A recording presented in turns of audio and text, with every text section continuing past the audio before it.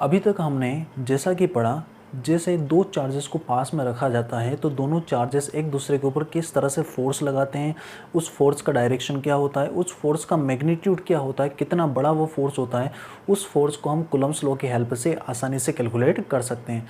But अभी तक students हमने एक क्वेश्चन नहीं पूछा। क्वेश्चन ये था, देखिए यहाँ पर, अगर एक चार्ज रखा जाए यहाँ पर, ठीक है, एक चार्ज है क्यू, इससे कुछ दूरी पर एक दूसरा चार्ज जिसे हम टेस्ट चार्ज कहें, टेस्ट चार्ज रखा जाए Q0 इस पॉइंट P पर। ओके, ये R डिस्टेंस है। तो ध्यान से देखिए, जब इस Q चार्ज के पास में एक दूसरा टेस्ट चार्ज Q0 को रखा जाएगा, तब ये Q इस Q0 के ऊपर फोर्स लगाएगा। अगर दोनों पॉजिटिव होंगे तो उसके ऊपर रिपल्सिव फोर्स इस तरह से बाहर की डायरेक्शन में लगेगा। तो ये हमने पढ़ा है कि कूलम्ब्स लॉ कितना के अकॉर्डिंग फोर्स कितना लगेगा, Q0 डिवाइडेड बाय R²। अब क्या हो स्टूडेंट्स, ध्यान से देखिए, यहाँ पर हो क्या रहा है, ये जो Q चार्ज है इसके ऊपर फोर्स लगा रहा है, कुछ डिस्टेंस पर फोर्स लगा रहा है, और फोर्स लगाने के लिए इसको कॉन्टेक्ट में नहीं आना पड़ रहा है। अभी तक हमने 11th के अंदर मैकेनिक्स पोर्शन के अंदर जितना भी कुछ पढ़ा, उसके अंदर क्या होता था, किसी ऑब्जेक्ट को अगर आपको चलाना है या फिर उसको उसके स्टेट ऑफ मोशन को चेंज करना है तो आपको उसके ऊपर फोर्स लगाना पड़ता है, और फोर्स जो है वो कॉन्टेक्ट में आकर लगाना पड़ेगा। तो ध्यान से देखिए, क्या यहाँ पर भी ये Q चार्ज इस टेस्ट चार्ज के ऊपर कॉन्टेक्ट में आकर फोर्स लगा रहा है? नहीं, ये तो यहाँ पर ही है, ये यहाँ पर है, तब भी इसके ऊपर फोर्स लग रहा है। तो इस चीज़ को कहा जाता है एक्शन हो रहा है, फोर्स लग रहा है, एक्शन एट डिस्टेंस। क्या कहा जाता है? Action at distance. कुछ दूरी पर एक्शन हो रहा है बट कांटेक्ट में आना नहीं पड़ रहा है, इस तरह के फोर्स को हमें पढ़ना है। तो अभी तक हमने ये क्वेश्चन नहीं पूछा कि कैसे ये चार्ज इस चार्ज के ऊपर फोर्स लगा पाता है जबकि दोनों कांटेक्ट में नहीं आते हैं। तो अगर इसको यहाँ पर पॉइंट P पर रखा जाए एक टेस्ट चार्ज को, तो ये फोर्स को एक्सपीरियंस करता है, कुछ फोर्स को फील करता है। तो देखिए, इस Q0 के आसपास कोई फोर्स, Q0 के आसपास कुछ है क्या जो इसके ऊपर फोर्स लगा रहा है? तो हम देखेंगे Q0 के आसपास तो कुछ भी नहीं है। अगर कहा जाए, मैं आपसे पूछूं कि बताइए Q0 के आसपास कुछ है, तो आप बोलेंगे Q0 के आसपास तो कुछ भी नहीं है, नथिंग इज़ देयर, कुछ भी नहीं है, नथिंग इज़ देयर। जो इस Q0 के ऊपर क्या लगा रहा है? फोर्स लगा रहा है, और Q0 फोर्स एक्सपीरियंस कर पा रहा है। अगर कुछ भी नहीं है तो हम क्या करते हैं, इस टेस्ट चार्ज Q0 को यहाँ से हटा लेते हैं। जैसे इस टेस्ट चार्ज को हटाएंगे तो अब इसके ऊपर फोर्स लगना बंद हो जाएगा, और उसी के बाद में टेस्ट चार्ज को एकदम से हम रख देते हैं। तो जैसे ही आप टेस्ट चार्ज को वापस यहाँ पर रखेंगे, उसी इंस्टेंट पर इसके ऊपर फोर्स लगेगा, मतलब फोर्स में कोई डिले नहीं होगा। जैसे ही आपने टेस्ट चार्ज रखा वैसे ही फोर्स लगा। तो पहले तो हमने क्या कहा था कि इस टेस्ट चार्ज के आसपास कुछ भी नहीं है। अगर कुछ भी नहीं होता तो जैसे ही आपने चार्ज रखा वैसे ही फोर्स कैसे लगता? कौन फोर्स लगा रहा है इस टेस्ट चार्ज के ऊपर? जैसे ही आपने रखा वैसे ही उस इंस्टेंट पर फोर्स कौन लगा रहा है? तो हमने क्या करा, इस तरह के क्वेश्चन का आंसर देने के लिए जो अर्ली साइंटिस्ट थे माइकल फेराडे ने एक कॉन्सेप्ट को निकाला जिसको कहा जाता है कॉन्सेप्ट ऑफ फील्ड। तो हमने क्या माना, इस Q0 के आसपास कुछ है, उस कुछ को, कुछ समथिंग को, नथिंग नहीं है, कुछ ना कुछ है, यहाँ पर कुछ है, समथिंग इज़ देयर। इस समथिंग को ही हमने क्या नाम दिया? Electric field. क्या नाम दिया स्टूडेंट्स? Electric field. कुछ है, इनविजिबल सा है, जो दिख नहीं रहा मगर है, क्योंकि इसके ऊपर जो फोर्स लगा पा रहा है, एक्शन एट डिस्टेंस पर क्या लगा पा रहा है? फोर्स लगा पा रहा है। तो कुछ है, something is there which is known as electric field.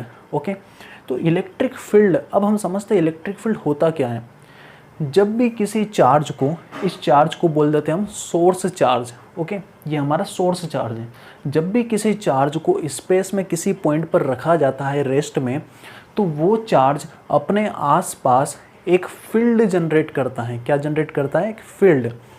तो ये अपने आसपास एक इलेक्ट्रिक फील्ड जनरेट करता है, और ये जो इलेक्ट्रिक फील्ड होती है, इस इलेक्ट्रिक फील्ड के अंदर अगर किसी टेस्ट चार्ज को किसी पॉइंट पर रखा जाए तो ये इलेक्ट्रिक फील्ड इस टेस्ट चार्ज के ऊपर क्या अप्लाई करती है?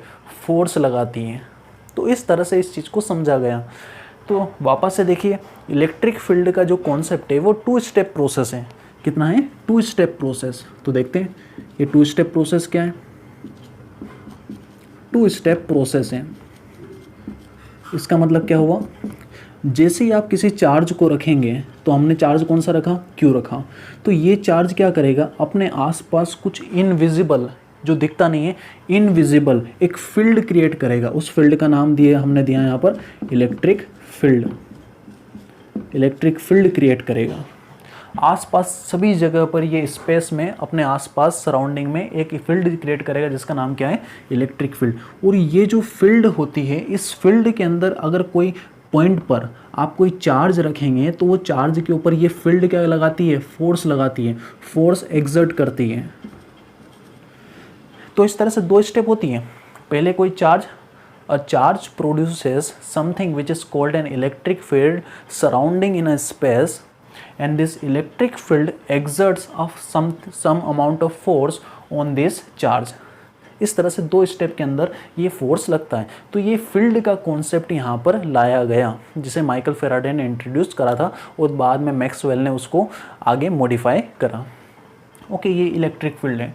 तो अब हम समझते हैं कि जो इलेक्ट्रिक फील्ड होता है, उस इलेक्ट्रिक फील्ड की डेफिनेशन क्या है। तो आप सिंपल सा क्या बोल सकते हैं? A influence that experience by test charge.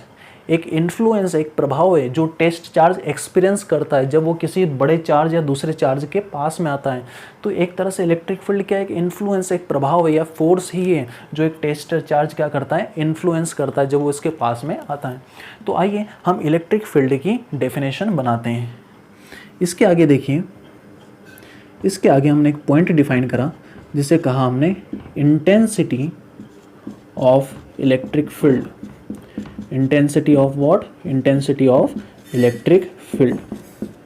तो देखें क्या है इंटेंसिटी। इंटेंसिटी का मतलब होता है इलेक्ट्रिक फील्ड कितना है, इलेक्ट्रिक फील्ड को नापना, कि कैसे नापा जाएगा इलेक्ट्रिक फील्ड को। अच्छा, एक पॉइंट ध्यान से रखें यहाँ पर स्टूडेंट्स, अगर आप इस टेस्ट चार्ज को इस पॉइंट P पर रखेंगे तब इसके ऊपर ये इलेक्ट्रिक फील्ड क्या लगाएगी? फोर्स लगाएगी। अगर मैं इस टेस्ट चार्ज को यहाँ से हटा लूँ तो क्या यहाँ पर इलेक्ट्रिक फील्ड नहीं होगी इस पॉइंट पर? ये आंसर है गलत। इसका मतलब है किसी पॉइंट चार्ज अपने आसपास हर जगह एक इलेक्ट्रिक फील्ड प्रोड्यूस करता है, और वो उस इलेक्ट्रिक फील्ड का एग्जिस्टेंस तब भी होता है जब कोई पॉइंट चार्ज नहीं रखा हो। अभी पॉइंट चार्ज नहीं है, तब भी यहाँ पर एक इलेक्ट्रिक फील्ड है। हर पॉइंट पर, स्पेस के अंदर हर पॉइंट पर एक इलेक्ट्रिक फील्ड होती है। जैसे जैसे चार्ज से दूर जाते हैं तो इलेक्ट्रिक फील्ड कमज़ोर होती जाती है, और चार्ज के पास में आएंगे तो इलेक्ट्रिक फील्ड ज़्यादा होगी, और इलेक्ट्रिक फील्ड अगर ज़्यादा होगी तो वो ज़्यादा फोर्स लगाएगी उसके ऊपर।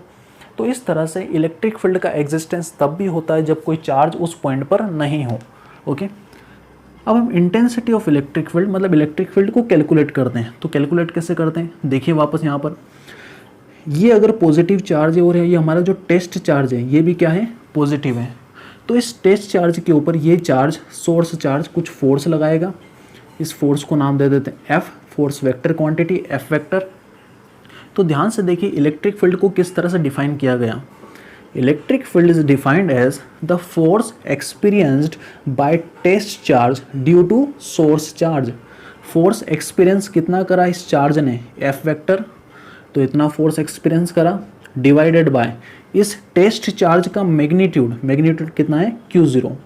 तो इन दोनों का जो रेशो होता है, इसका मतलब test the force experience by test charge, इस टेस्ट चार्ज कितना फोर्स फिल करा, 10 न्यूटन का फोर्स, 15 न्यूटन का फोर्स, कितना फोर्स एक्सपीरियंस करा, डिवाइडेड बाय उस टेस्ट चार्ज का मैग्नीट्यूड, कितना चार्ज रखा था आपने यहाँ पर 1 कूलम रखा था, 2 कूलम रखा था, 3 कूलम रखा था। तो इन दोनों का जो रेशो होता है उसी को हम क्या कहते हैं? Electric field. तो याद रखिएगा, electric field is what? Electric field is force experience by test charge to the magnitude of the test charge. इन दोनों का क्या है? रेशो है। तो इसको हम कहते हैं इलेक्ट्रिक फील्ड। या फिर आप इसको इस तरह से भी लिख सकते हैं, F vector is equal to Q0 का मल्टीप्लाई उधर कर दीजिए, Q0 इंटू E वेक्टर। तो किसी टेस्ट चार्ज के ऊपर किसी पॉइंट में स्पेस के अंदर जितना इलेक्ट्रिक फील्ड होता है और जितना चार्ज आपने रखा, इन दोनों का जो मल्टीप्लिकेशन है वो क्या देता है? उस पॉइंट पर फोर्स देता है। जैसे यहाँ पर देखिए, एक कोई पॉइंट है, इस पॉइंट पर यहाँ पर कोई चार्ज रखा हुआ है Q, इस क्यू के कारण यहाँ पर क्या होगा, एक इलेक्ट्रिक फील्ड जनरेट होगा। तो इस पॉइंट पर मान लेते हैं इलेक्ट्रिक फील्ड कितना है, ई वेक्टर है, और यहाँ पर हमने कुछ चार्ज रख दिया, तो मान लेते हैं यहाँ पर चार्ज रखा हमने 2 कूलम। कितना चार्ज रखा, 2 कूलम। तो बताइए इसके ऊपर फोर्स कितना लगेगा, तो कैसे निकालेंगे, सिंपल सा है, force on 2 coulomb is equal to what, charge. कितना चार्ज रखा आपने, 2 कूलम रखा, और इस पॉइंट के ऊपर इलेक्ट्रिक फील्ड कितना था, ई वेक्टर था। सिंपली दोनों का मल्टीप्लिकेशन हमें क्या देगा, फोर्स देगा, force at that particular point. उस पॉइंट के ऊपर हमें क्या मिल जाएगा, यहाँ पर फोर्स मिल जाएगा। तो इस तरह से इलेक्ट्रिक फील्ड को डिफाइन किया गया। अब हम इलेक्ट्रिक फील्ड का डेफिनेशन लिख लेते हैं। तो यहाँ पर देखिए, electric field, intensity of electric field को शॉर्ट फॉर्म में केवल इलेक्ट्रिक फील्ड भी लिखा जाता है। तो हर बार हम बड़ा वर्ड यूज़ नहीं करेंगे, शॉर्ट फॉर्म यूज़ करेंगे, electric field. Intensity of electric field को एब्रीवेटेड किया जाता है शॉर्ट फॉर्म में इलेक्ट्रिक फील्ड। ओके, तो the intensity of electric field is defined as, definition लिखते हैं यहाँ पर देखिए, the intensity of electric field is defined as, बताइए क्या डिफाइंड है, defined as the force, electrostatic force experience by test charge to the, ये क्या है, रेशो है। The intensity of electric field is defined as the ratio of, ये क्या है, रेशो है, किन किन का रेशो है, the ratio of electrostatic force, electrostatic force experienced by the test charge, या फिर जो भी चार्ज रखा है आपने, by the test charge to the force divided by क्या है, magnitude of that test charge, force experienced by the test charge to the magnitude of test charge at that point, उस पॉइंट के ऊपर, point से point बदल देंगे तो electric field भी क्या हो जाएगा, बदल जाएगा। तो इस तरह से हमने इलेक्ट्रिक फील्ड की डेफिनेशन लिखी, क्या है, the intensity of electric field is defined as the ratio है। रेशो किस किस का है, द इलेक्ट्रोस्टैटिक फोर्स किसके ऊपर लग रहा है, टेस्ट चार्ज के ऊपर लग रहा है। कौन लगा रहा है, ये हमारा सोर्स चार्ज लगा रहा है। Experienced by the test charge to the magnitude of the test charge at that point, उस पॉइंट के ऊपर ये इलेक्ट्रिक फील्ड इस तरह से डिफाइन किया गया है। या फिर इसको दूसरे फॉर्म में इस तरह से भी याद रख सकते हैं। देखिए यहाँ पर, अगर हमारा जो टेस्ट चार्ज हो, ये हमारा टेस्ट चार्ज Q0 को अगर अपन +1 कूलम ले लें, कितना ले लें, +1 कूलम, मतलब यहाँ पर मैं एक पॉजिटिव, यूनिट पॉजिटिव चार्ज रखें, क्या रखें, यूनिट पॉजिटिव चार्ज रखें यहाँ पर। तो बताइए इलेक्ट्रिक फील्ड कितना होगा उस पॉइंट पर, तो हम लिखेंगे electric field is equal to F vector divided by Q0, F vector divided by Q0, Q0 कितना है, +1, मैग्नीट्यूड रखना है, तो E vector is equal to कितना हो जाएगा, F वेक्टर। इसका मतलब इस पॉइंट पर जब 1 कूलम का चार्ज रखेंगे तो उस पॉइंट पर जितना फोर्स एक्सपीरियंस करेगा कौन, 1 कूलम चार्ज, उतना ही क्या होगा, इलेक्ट्रिक फील्ड होगा। इसका मतलब है, हम एक दूसरी डेफिनेशन बनाते हैं, एक यूनिट पॉजिटिव चार्ज, ये क्या है स्टूडेंट्स, एक यूनिट है, यूनिट कौन सा चार्ज, पॉजिटिव चार्ज। तो यूनिट पॉजिटिव चार्ज जितना फोर्स एक्सपीरियंस करता है उसी को हम क्या बोलते हैं, इलेक्ट्रिक फील्ड कहते हैं। The force experienced by a unit positive test charge is called electric field at that point. अगर सपोज करिए यहाँ पर कुछ इलेक्ट्रिक फील्ड दे रखा है इस चार्ज के कारण, अगर मुझे इलेक्ट्रिक फील्ड निकालना है यहाँ पर कि इस पॉइंट P पर इलेक्ट्रिक फील्ड कितना होगा, तो मैं क्या करूँगा, सिंपल सा, इस पॉइंट P पर कितना चार्ज रखूँगा, 1 कूलम चार्ज पॉजिटिव, एक यूनिट पॉजिटिव चार्ज रखेंगे। ये यूनिट पॉजिटिव चार्ज पर जितना फोर्स लगेगा उस फोर्स को ही हम क्या बोलेंगे, इलेक्ट्रिक फील्ड कहेंगे। ओके, तो इलेक्ट्रिक फील्ड को आप इस तरह से भी याद रख सकते हैं, एक यूनिट पॉजिटिव टेस्ट चार्ज के ऊपर जितना फोर्स लगता है उस फोर्स को हम क्या बोलते हैं, इलेक्ट्रिक फील्ड कहते हैं। ओके, तो इस तरह से याद रखिएगा। देखिए यहाँ पर इलेक्ट्रिक फील्ड जो होता है वो इलेक्ट्रोस्टैटिक फोर्स का रेशो होता है मैग्नीट्यूड ऑफ द चार्ज से। मतलब इलेक्ट्रिक फील्ड जो है, intensity of electric field is defined as the electrostatic force per unit charge, electrostatic force per unit charge. यहाँ पर वही था, 1 कूलम रखा था, तो electrostatic force per unit charge, अगर 1 कूलम चार्ज है, 1 कूलम चार्ज के ऊपर जितना फोर्स लगता है उसी को हम क्या बोलते हैं, इलेक्ट्रिक फील्ड कहते हैं। तो दोनों डेफिनेशन नोट कर लीजिएगा। इसके आगे हम बढ़ते हैं, आगे क्या बढ़ते हैं, अब इनका यूनिट देखते हैं और यूनिट के साथ में हम इनका डायमेंशनल फॉर्मूला निकालते हैं इलेक्ट्रिक फील्ड का। तो देखिए यहाँ पर यूनिट, कितना यूनिट बनेगा इलेक्ट्रिक फील्ड का, इलेक्ट्रिक फील्ड का फॉर्मूला होता है E = F/Q। टेस्ट चार्ज था इसलिए Q0 लिखा था, Q फॉर चार्ज। अभी केवल मैग्नीट्यूड देख रहे हैं तो हमने दोनों के वेक्टर्स हटा दिए। बोलिए यूनिट क्या बनेगा, फोर्स का यूनिट कितना होता है, न्यूटन, और चार्ज का यूनिट क्या होता है, कूलम। तो इसका जो यूनिट है बन जाएगा Newton divided by coulomb, which is Newton per coulomb. ये ध्यान रखिए, ये SI यूनिट है। कौन सा यूनिट है इसका, SI सिस्टम ऑफ यूनिट में, SI सिस्टम में इसका यूनिट नापा गया है, न्यूटन पर कूलम। ठीक है, newton per coulomb. Newton per coulomb का मतलब क्या होता है, जैसे अगर सपोज करिए किसी पॉइंट है, ये पॉइंट मान लेते हैं, इस पॉइंट P के ऊपर इलेक्ट्रिक फील्ड, मैंने बोला कि यहाँ पर जो इलेक्ट्रिक फील्ड है न्यूटन पर कूलम में मापा जाएगा। तो न्यूटन पर कूलम में मैंने बोला कि इस पे इलेक्ट्रिक फील्ड है 10 न्यूटन पर कूलम।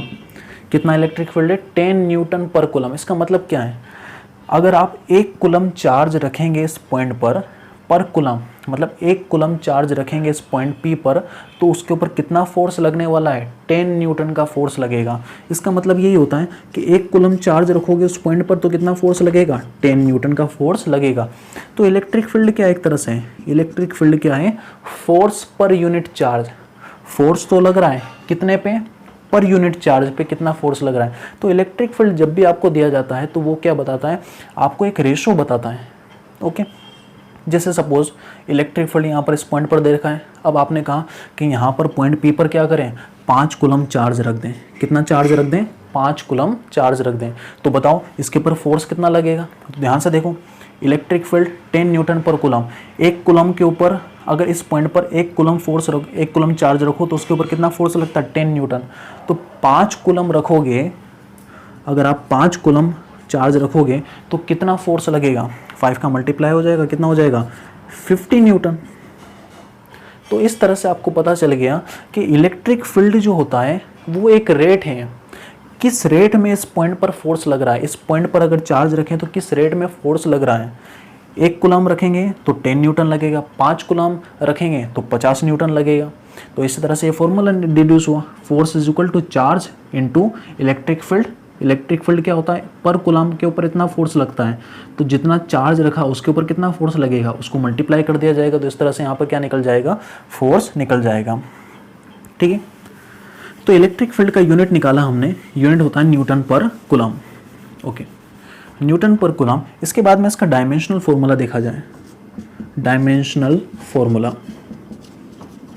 निकालिए। डायमेंशनल फॉर्मूला कितना होता है, देखिए dimensional formula E is equal to कितना होगा, F/Q चार्ज। फोर्स का डायमेंशनल फॉर्मूला कितना होता है, फोर्स को लिख सकते हैं हम mass into acceleration divided by charge. ध्यान से देखिए, फोर्स को लिखा m है, F is equal to m है, m means mass, a means acceleration, Q is what, charge. अच्छा, चार्ज की कोई यूनिट होती है, वो फंडामेंटल यूनिट नहीं है। आपने 11th में पढ़ा है कि 7 तरह की फंडामेंटल यूनिट्स होती हैं। हमने चार्ज को फंडामेंटल यूनिट नहीं माना गया है, तो चार्ज की जो यूनिट रख भी देंगे तो उसको आपको कन्वर्ट करना पड़ेगा। एक फॉर्मूला याद रखिए, चार्ज बराबर होता है I इंटू टी। इस फॉर्मूले को चैप्टर 3 में हम पढ़ने वाले हैं। चार्ज बराबर करंट इंटू टाइम। करंट की जो यूनिट होती है उसको बोलते हैं एम्पियर, और टाइम की जो यूनिट होगी उसको क्या बोलेंगे, सेकेंड। तो यहाँ पर Q की जगह रख सकते हैं I into T. I means current, T means time. अब सबके डायमेंशनल फॉर्मूला रख दीजिए, तो यहाँ पर डायमेंशन निकल जाएगा आपके पास। मास का डायमेंशनल फॉर्मूला होता है m। एक्सेलरेशन कितना होता है, वेलोसिटी डिवाइडेड बाय टाइम। तो ये हो जाएगा LT minus 2, L for length और T फॉर टाइम। करंट को नापा जाता है एम्पियर में, तो A, और टाइम को लिखेंगे हम T से। आप देखें a को ऊपर ले जाएंगे a की पावर -1 हो जाएगा, t को ऊपर ले जाएंगे t की पावर -1 होगा, t की पावर -1 और -2 कितना हो जाएगा, t की पावर -3। तो ये कितना बनेगा m l as it is t की पावर -2 और t की पावर -1 विच इज t की पावर -3 और a की पावर -1। तो ये बन गया इसका डायमेंशनल फॉर्मूला ml t की पावर -3 a की पावर -1। तो इस तरह से हमने इसका यूनिट और डायमेंशनल फॉर्मूला देखा। अब यहाँ पर देखिए कि इसका डायरेक्शन क्या होगा। देखिए दोनों के ऊपर वेक्टर लगाया, फोर्स वेक्टर क्वांटिटी, तो इलेक्ट्रिक फील्ड भी क्या है, एक वेक्टर क्वांटिटी। और इलेक्ट्रिक फील्ड याद रखिए, इलेक्ट्रिक फील्ड और कुछ नहीं, फोर्स पर यूनिट चार्ज ही है। एक कूलम के ऊपर कितना फोर्स लगता है ये बताता है हमें इलेक्ट्रिक फील्ड। और स्पेस में हर पॉइंट से दूसरे पॉइंट में जाने पर इलेक्ट्रिक फील्ड क्या होता है, चेंज होता है, क्योंकि ये भी क्या होता है 1/r² के ऊपर डिपेंड करता है। ओके, तो इलेक्ट्रिक फील्ड का डायरेक्शन जो होगा वो फोर्स के अलोंग होगा। जिस डायरेक्शन में फोर्स लगेगा इस चार्ज के ऊपर उसी डायरेक्शन में इलेक्ट्रिक फील्ड होगा, क्योंकि जो इक्वेशन तभी सेटिस्फाई होगी जब दोनों के डायरेक्शन क्या हो, इक्वल हो। तो यहाँ पर देखिए इस टेस्ट चार्ज के ऊपर ये भी अगर पॉजिटिव है और ये भी पॉजिटिव है तो इसको रिपेल करेगा इस डायरेक्शन में।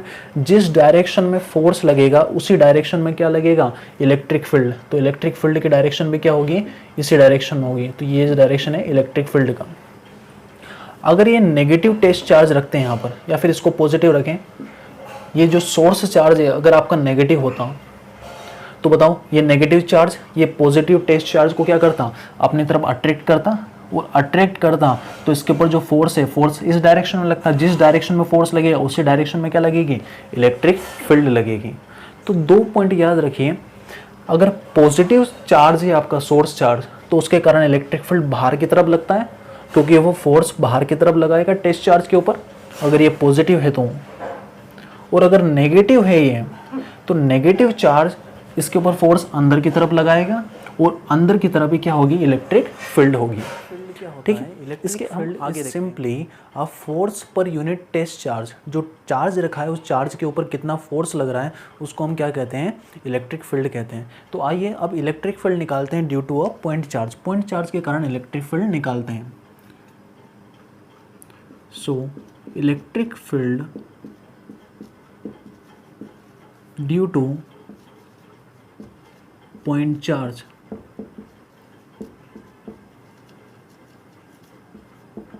आपने कोई भी पॉइंट चार्ज रखा है उसके कारण इलेक्ट्रिक फील्ड किसी डिस्टेंस पर कितना होगा इसे हम कैलकुलेट करते हैं। जैसे यहाँ पर देखिए ये आपने सोर्स चार्ज रखा है Q, इससे कुछ दूरी पर कोई पॉइंट है, इस पॉइंट को मान लेते हैं P, इस पॉइंट पर हमने एक टेस्ट चार्ज रखा है, मान लेते हैं इस टेस्ट चार्ज को नाम देते हैं Q0। तो उसके ऊपर कितना इलेक्ट्रिक फील्ड है इस पॉइंट पर उसको हमें कैलकुलेट करना है। तो अभी हमने देखा इलेक्ट्रिक फील्ड कैसे कैलकुलेट किया जाता है, इस पॉइंट पर कितना फोर्स लग रहा है उस फोर्स को Q0 से डिवाइड लगा दिया जाए तो क्या आ जाएगा, इलेक्ट्रिक फील्ड आ जाएगा। तो ठीक है, हम क्या करते हैं इन दोनों के बीच का जो सेपरेशन है उस सेपरेशन को नाम देते हैं आर वेक्टर से। किससे, आर वेक्टर। आर वेक्टर का डायरेक्शन किधर होगा, इस सोर्स चार्ज से टेस्ट चार्ज की ओर डायरेक्शन होगा, क्योंकि हमें फोर्स बताना है। अगर ये आपका यूनिट पॉजिटिव चार्ज है, आपका पॉजिटिव चार्ज रखा है और ये भी पॉजिटिव चार्ज है सोर्स, तो इसके ऊपर किस डायरेक्शन फोर्स लगाएगा, आउटवर्ड डायरेक्शन फोर्स लगेगा। तो ये फोर्स का डायरेक्शन, तो दोनों के बीच में कितना फोर्स लगेगा according to coulomb's law, F vector is equal to K coulomb constant है जिसकी वैल्यू 1/4πε0 होती है, के Q1 Q2 divided by are square, दोनों के बीच का सेपरेशन का स्क्वायर। तो दोनों के बीच का सेपरेशन कितना है, आर स्क्वायर। और अब डायरेक्शन लिखना है तो डायरेक्शन के लिए इसी डायरेक्शन में एक यूनिट वेक्टर एज्यूम कर लेंगे। तो आर वेक्टर है तो इस डायरेक्शन में यूनिट वेक्टर क्या होगा, आर कैप।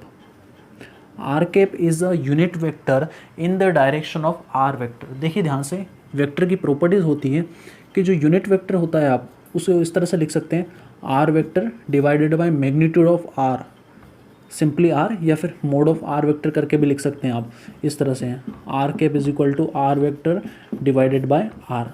और आर का इधर मल्टीप्लाई कर देंगे तो आर वेक्टर बराबर कितना बन जाएगा, मैग्नीट्यूड इनटू आर कैप। ध्यान से देखिए वापस वही है, किसी वेक्टर को रिप्रेजेंट करने के लिए दो चीज़ों का यूज़ करेंगे, ये बताएगा मैग्नीट्यूड, ये बताएगा डायरेक्शन। इसकी डायरेक्शन बताने के लिए ही काम होता है, उसकी वैल्यू कितनी होती है 1, और आर क्या होगा मैग्नीट्यूड, तो यहाँ पर मैग्नीट्यूड की जरूरत है तो यहाँ पर यूज़ कर लेंगे आर, और यहाँ पर डायरेक्शन बताना है तो इसलिए यहाँ पर यूज़ कर लेंगे आर कैप। आर कैप की डायरेक्शन होगी इस आर वेक्टर की डायरेक्शन में। तो ये हमने फोर्स लिखा, फोर्स किसके बीच में लिखा, दोनों चार्ज के बीच में इतना फोर्स लग रहा है। अच्छा अब क्या करें, यहाँ पर देखिए अगर हम एफ वेक्टर के अपॉन में Q0 को ले जाएं, Q0 को अपॉन में ले जाएं एफ वेक्टर के, F vector divided by Q0, इधर कितना बचेगा K Q bye are square into are cap. ध्यान से देखिए, force divided by magnitude of that charge क्या होता है, इलेक्ट्रिक फील्ड कहलाता है। तो इसको हम लिख सकते हैं इलेक्ट्रिक फील्ड। हमने इलेक्ट्रिक फील्ड का फॉर्मूला भी देखा, E vector is equal to F vector divided by Q0 जो चार्ज रखा है। तो ये जो एफ वेक्टर बाय Q0 है, ये जो ये क्वांटिटी ये क्या कहलाती है, इलेक्ट्रिक फील्ड कहलाती है। तो हम लिख सकते हैं इस तरह से, electric field is equal to K Q bye are square, और डायरेक्शन क्या होगी आर कैप के अलोंग। तो ये हमारा फॉर्मूला बन गया electric field due to a point charge. किसी पॉइंट चार्ज के कारण, इस प्लस क्यू के कारण कितना इलेक्ट्रिक फील्ड बन रहा है। या फिर अगर आप चाहें तो के की वैल्यू रख दें तो कितना बनेगा, E vector is equal to 1/4πε0 into capital Q divided by are square into are cap. तो ये हमारा फॉर्मूला है जो बहुत ज़्यादा यूज़ आने वाला है किसी प्रॉब्लम को सॉल्व करने के लिए भी। Electric field due to a point charge, r क्या है, वो दूरी है जिस पर आपको इलेक्ट्रिक फील्ड कैलकुलेट करना है। तो इस चार्ज से आर दूरी पर एक पॉइंट पी है, उस पॉइंट पर इलेक्ट्रिक फील्ड कितनी होगी 1/4πε0 Q bye are square into are cap. ठीक है, ये जो इलेक्ट्रिक फील्ड होती है स्टूडेंट्स, ये इलेक्ट्रिक फील्ड भी आर के साथ में घटती है। जैसे जैसे आर बढ़ता जाएगा इलेक्ट्रिक फील्ड क्या होती जाएगी, घटती जाएगी। इसका मतलब अगर आपका जो पॉइंट चार्ज है उस पॉइंट चार्ज से दूर जाते जाएं तो इलेक्ट्रिक फील्ड की वैल्यू भी क्या होगी 1/r² के फॉर्म में घटती जाएगी। ये भी इनवर्स स्क्वायर लॉ को फॉलो करती है, क्योंकि है क्या एक तरह से फोर्स ही है। और दूसरी पॉइंट यहाँ से ये नज़र आता है कि जो इलेक्ट्रिक फील्ड होती है, electric field is independent of test charge. Electric field जो है आपका वो इंडिपेंडेंट है टेस्ट चार्ज के। इस फॉर्मूले में देखें जिसके ऊपर इलेक्ट्रिक फील्ड कैलकुलेट कर रहे हैं, यहाँ पर टेस्ट चार्ज कितना रखा गया है Q0। तो इस फॉर्मूले में कहीं से Q0 आया क्या, Q0 नहीं आया। Q0 तो यहाँ पर एलिमिनेट हो चुका है। तो इस फॉर्मूले में Q0 नहीं आ रहा है। इसका मतलब जो इलेक्ट्रिक फील्ड है वो डिपेंड नहीं करता कि कितना चार्ज रखा है, वो केवल उसके ऊपर एब्सोल्यूट वैल्यू होती है। आप यहाँ पर 2 कूलम रखें, 10 कूलम रखें, 100 कूलम रखें तो भी इलेक्ट्रिक फील्ड उतना ही होगा जितना पहले था या जितना तब था जब कुछ भी नहीं रखा था। हमने जैसे डिस्कस करा कि इलेक्ट्रिक फील्ड का एग्जिस्टेंस तब भी होता है जब कोई पॉइंट चार्ज को नहीं रखा हो। ओके, ये एक स्पेस की प्रॉपर्टी है, एक चार्ज की प्रॉपर्टी है। तो electric field is independent of test charge. कहीं कहीं आपको बुक्स में इस तरह का फॉर्मूला मिलेगा, electric field is equal to, define किया जाता है limit Q0 tends to 0 F vector divided by Q0। अब ये क्या है देखिए ध्यान से, ये जो सोर्स चार्ज है जितना फोर्स टेस्ट चार्ज के ऊपर लगा रहा है according to newton's third law, उतना ही फोर्स ये Q0 इस सोर्स चार्ज के ऊपर लगाएगा और उस डायरेक्शन में लगाएगा। ठीक है, ये उसने उस डायरेक्शन में फोर्स लगाया। अब दोनों चार्ज जो फोर्स लगाते हैं वो 2 स्टेप प्रोसेस होता है। चार्ज रखो, वो चार्ज अपने आसपास क्या प्रोड्यूस करता है, इलेक्ट्रिक फील्ड, और वो इलेक्ट्रिक फील्ड दूसरे चार्ज के ऊपर फोर्स लगाती है। तो ऐसा इसके लिए भी होगा, इस चार्ज को यहाँ पर रखा है तो ये अपने आसपास क्या प्रोड्यूस करेगा, इलेक्ट्रिक फील्ड, और ये इसकी जो इलेक्ट्रिक फील्ड होगी वो इस चार्ज के ऊपर क्या लगाएगी, फोर्स लगाएगी। तो ये जो फोर्स होगा, क्या ये इसके ऊपर जो फोर्स लग रहा है ये फोर्स इस प्लस क्यू को क्या यहाँ पर ही रहने देगा, आंसर है नहीं। इस फोर्स के कारण ये प्लस क्यू चार्ज क्या होने लग जाएगा, मूवमेंट होना स्टार्ट हो जाएगा, इसका मोशन होना स्टार्ट हो जाएगा। और जब ये चलने लगेगा तो क्या इलेक्ट्रिक फील्ड उतना ही होगा इस पॉइंट P पर जितना पहले था। ये थोड़ा सा मान लेते हैं ये यहाँ पर चला गया तो R की वैल्यू बढ़ जाएगी। अगर R की वैल्यू बढ़ जाएगी तो इलेक्ट्रिक फील्ड कम हो जाएगा। तो यहाँ पर जो इलेक्ट्रिक फील्ड का आंसर आएगा वो गलत होगा। तो हम क्या मानते हैं स्टूडेंट्स, ये जो टेस्ट चार्ज है आपका, जिसको आप टेस्ट चार्ज बोल रहे हैं, उस टेस्ट चार्ज को इस प्रॉब्लम को सोल्व करने के लिए ये वाला चार्ज ना चले, इसके ऊपर जो फोर्स लग रहा है वो फोर्स बहुत कम हो, तो इसके लिए क्या करते हैं, टेस्ट चार्ज का जो मैग्नीट्यूड लिया जाता है वो बहुत छोटा लिया जाता है। टेस्ट चार्ज को बहुत छोटा लिया जाता है, 1 कूलम नहीं, 0.00001 कूलम लिया जाता है। टेस्ट चार्ज को बहुत छोटा लिया जाता है, तो इसलिए लिखते हैं Q0 टेंड्स टू 0। मतलब Q0 की वैल्यू 0 नहीं है, मगर 0 से थोड़ी सी ज़्यादा है, अप्रोक्स। ओके, तो Q0 को बहुत छोटा लिया जाता है। अगर Q0 बहुत कम होगा तो उसके ऊपर कितना फोर्स लगेगा, ध्यान से देखिए, force is equal to QE, इस तरह से लिखा जाता है। अब किसके ऊपर फोर्स लगाना है, इस Q के ऊपर फोर्स लगाना है, तो यहाँ पर चार्ज रख दो Q। ओके, अगर इलेक्ट्रिक फील्ड बहुत कम होगा, क्योंकि टेस्ट चार्ज बहुत छोटा लिया है, अगर टेस्ट चार्ज बहुत छोटा है तो इसके कारण इलेक्ट्रिक फील्ड कम होगा, इलेक्ट्रिक फील्ड कम होगा तो कम फोर्स लगेगा। अगर बहुत कम फोर्स लगेगा तो ये चार्ज यहीं पर रहेगा, तो हमारा प्रॉब्लम सॉल्व हो जाएगा। इसलिए हम जब भी टेस्ट चार्ज को एज्यूम करते हैं तो टेस्ट चार्ज नेग्लिजिबली स्मॉल लिया जाता है। क्या लिया जाता है, नेग्लिजिबली स्मॉल। इसलिए लिमिट लगा जाता है, limit Q0 tends to 0, Q0 की वैल्यू बहुत छोटी है। इस तरह से भी आपको देखने को मिल जाएगा। तो इस तरह से हमने electric field due to a point charge निकाला, किसी पॉइंट चार्ज के कारण इलेक्ट्रिक फील्ड निकाली। अब देखिए यहाँ पर 2 पॉइंट और कंसिडर करते हैं। अगर आपका जो सोर्स चार्ज जिसे मान रहे हैं, ये जो सोर्स चार्ज है +Q, ठीक है, अगर आपका सोर्स चार्ज पॉजिटिव है और एक बार आपका सोर्स चार्ज नेगेटिव है, दोनों केस को कंडीशन देख लेते हैं।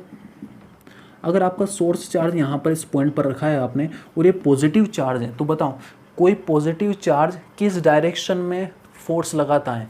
अगर कहाँ पर भी आप टेस्ट चार्ज रख देंगे, यहाँ पर आपने +Q चार्ज रखा और यहाँ पर कहीं टेस्ट चार्ज रखा, टेस्ट चार्ज कैसा होगा, पॉजिटिव टेस्ट चार्ज होगा, तो ये इसको किस डायरेक्शन फोर्स लगाएगा, आउटवर्ड डायरेक्शन में। जिस डायरेक्शन में फोर्स लगता है उसी डायरेक्शन में इलेक्ट्रिक फील्ड भी होती है, तो इलेक्ट्रिक फील्ड भी कहाँ होगी, आउटवर्ड डायरेक्शन। अगर इस टेस्ट चार्ज को यहाँ पर रखेंगे तो इलेक्ट्रिक फील्ड ऊपर लगेगी, अगर इस टेस्ट चार्ज को यहाँ पर रखेंगे तो इलेक्ट्रिक फील्ड ऐसे लगेगी। मतलब किसी भी केस में अगर आपने सेंटर पे एक पॉजिटिव चार्ज को रखा है तो इलेक्ट्रिक फील्ड की डायरेक्शन हमेशा बाहर की ओर होने वाली है। अब इसका उल्टा देखें, अगर आपने नेगेटिव चार्ज यहाँ पर रखा और टेस्ट चार्ज को यहाँ पर रखेंगे आप Q0, तो बताइए ये नेगेटिव चार्ज इसको अपनी तरफ अट्रैक्ट करेगा, फोर्स की डायरेक्शन इधर होगी, तो जिस डायरेक्शन में फोर्स लगेगा उसी डायरेक्शन में इलेक्ट्रिक फील्ड होगी, तो इलेक्ट्रिक फील्ड की डायरेक्शन इसी की ओर होगी, इनवर्ड होगी। कैसी होगी, इनवर्ड। और यहाँ पर इलेक्ट्रिक फील्ड क्या हो, आउटवर्ड। तो याद रखें, इसमें इलेक्ट्रिक फील्ड आउटवर्ड होगा और यहाँ पर इलेक्ट्रिक फील्ड इनवर्ड होगा। तो इनको इस तरह से हम बना लेते हैं। अगर आप पॉजिटिव चार्ज रखेंगे तो पॉजिटिव चार्ज के कारण जो इलेक्ट्रिक फील्ड होगी हमेशा आउटवर्ड होगी। इसके कारण इलेक्ट्रिक फील्ड का डायरेक्शन ये यहाँ पर होगा, तो ये डायरेक्शन, मतलब इलेक्ट्रिक फील्ड का डायरेक्शन हमेशा बाहर की ओर होने वाला है। तो अगर आपने कौन सा चार्ज रखा है, यहाँ पर पॉजिटिव चार्ज रखा है, तो इलेक्ट्रिक फील्ड क्या होगी, आउटवर्ड। इसको कहा जाता है रेडियली आउटवर्ड, रेडियली आउटवर्ड। अगर आपने नेगेटिव चार्ज रखा है तो उसके कारण इलेक्ट्रिक फील्ड कहाँ होगी, उसी की तरफ होने वाली है। तो इलेक्ट्रिक फील्ड को इस तरह से हम बना लेते हैं। इलेक्ट्रिक फील्ड का डायरेक्शन अंदर की ओर होने वाला है, ये इलेक्ट्रिक फील्ड का डायरेक्शन। अगर यहाँ पर कौन सा चार्ज रखा हुआ है, -Q चार्ज, तो अगर नेगेटिव चार्ज होगा तो इसकी जो डायरेक्शन होगी वो कैसे लिखी जाएगी, रेडियली, बताइए, इनवर्ड, रेडियली इनवर्ड। तो 2 पॉइंट याद रखना चाहिए कि पॉजिटिव चार्ज रखेंगे तो डायरेक्शन क्या होगा इलेक्ट्रिक फील्ड का, बाहर की तरफ, उससे बाहर की ओर। और अगर नेगेटिव चार्ज रखा है तो उसके कारण इलेक्ट्रिक फील्ड कहाँ होगा, उसी की ओर, अंदर की तरफ। और यहाँ पर वर्ड यूज़ कर रेडियली, इसका मतलब देखिए, अगर मैं इस टेस्ट चार्ज से r दूरी पर जाकर, कितनी दूरी पर जाकर, r दूरी पर जाकर बहुत सारे पॉइंट लूँ तो एक सर्कल बनेगा। और अगर 3 डायमेंशन की बात की जाए, अगर एक पॉइंट चार्ज यहाँ पर होता तो इसके आसपास r दूरी पर जाकर बहुत सारे पॉइंट लिए जाएं तो वो क्या बनेगा, एक स्फेयर बनेगा। ये जो स्फेयर है आपका, ये क्या है आपका स्फेयर। इस स्फेयर पर हर पॉइंट कितनी दूरी पर है, r दूरी पर है। तो इलेक्ट्रिक फील्ड देखो किसके ऊपर डिपेंड करती है, 1/4πε0 कांस्टेंट हो गया। आर कैप की डायरेक्शन क्या है, रेडियली आउटवर्ड, रेडियली आउटवर्ड। इसमें क्या आर कैप की डायरेक्शन, रेडियली इनवर्ड, अंदर की तरफ। क्यू तो उतना ही होगा जितना यहाँ पर है।